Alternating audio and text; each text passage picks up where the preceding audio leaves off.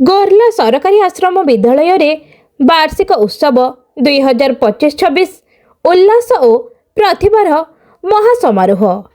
नुआपड़ा जिला सेनापल्ली ब्लॉक अंतर्गत गोरला सरकारी आश्रम विद्यालय परिसर रे अद्भुतपूर्व उल्लास और उत्साह भरी उठिथिला। 2025-26 शिक्षा वर्षर वार्षिक उत्सव महा आडंबर सहित पालन करा जायथिला। एही उत्सव केवल एक साधारण कार्यक्रम नथिला, बरं छात्र छात्री प्रतिभा, शिक्षक मानक निष्ठा एवं समग्र समाजर सहयोगर एक सुंदर प्रतीक होई पड़िथिला। एही अवसर रे विद्यालयर प्रधान शिक्षक श्रीजुक्त विपिन बिहारी नायकଙ୍କ सभापतित्व रे कार्यक्रम आरंभ होइथिला।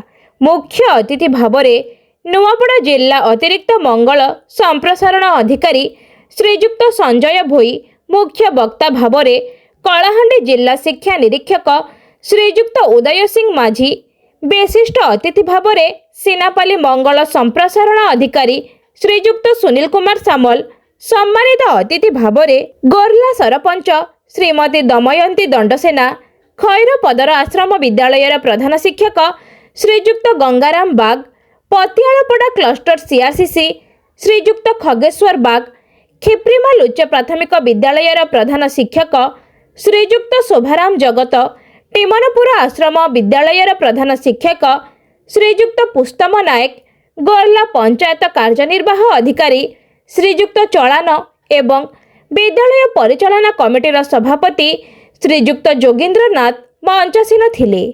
श्रीजुक्त मीनकेतन हंस मंच परिचालना करथिले। विद्यालयर छात्र छात्री माने रंगारंग सांस्कृतिक कार्यक्रम जोगे समग्र परिसर को उत्साह रे भरी देथिले। नृत्य, गीत, नाटक, वक्तृता और विभिन्न प्रतियोगिता रे सेमानंकर अनन्य प्रतिभा दर्शक मानंकु मुग्ध करि देथिला। दर्शक माने झुमी उठिथिले एवं प्रत्येक प्रदर्शन परे तालीर गुंजन रे परिवेश उल्लासमय होइथिला। उत्सवर शेष भाग रे क्रीड़ा, गीत, वक्तृता तथा विभिन्न क्षेत्र में उत्कृष्ट प्रदर्शन करिथिबा छात्र छात्री मानंकु पुरस्कार वितरण करा जायथिला। विद्यालयर समस्त शिक्षक और शिक्षयित्री माने एही कार्यक्रम को सफल करिबारे अक्लांत परिश्रम करिथिले। शेषरे आश्रम विद्यालयर सह शिक्षक श्रीजुक्त लक्ष्मीकांत माझी समस्तंको धन्यवाद जणाई कार्यक्रम को समाप्त करथिले। एही वार्षिक उत्सव गोरला सरकारी आश्रम विद्यालयर एक नूतन अध्यायर समारोह भावरे चिन्हित होईछि। एहा प्रमाण करिछि जे ग्रामांचलर एही सरल विद्यालय मध्य अन्यान्य विद्यालयंक परि प्रतिभा और उत्साह रे परिपूर्ण।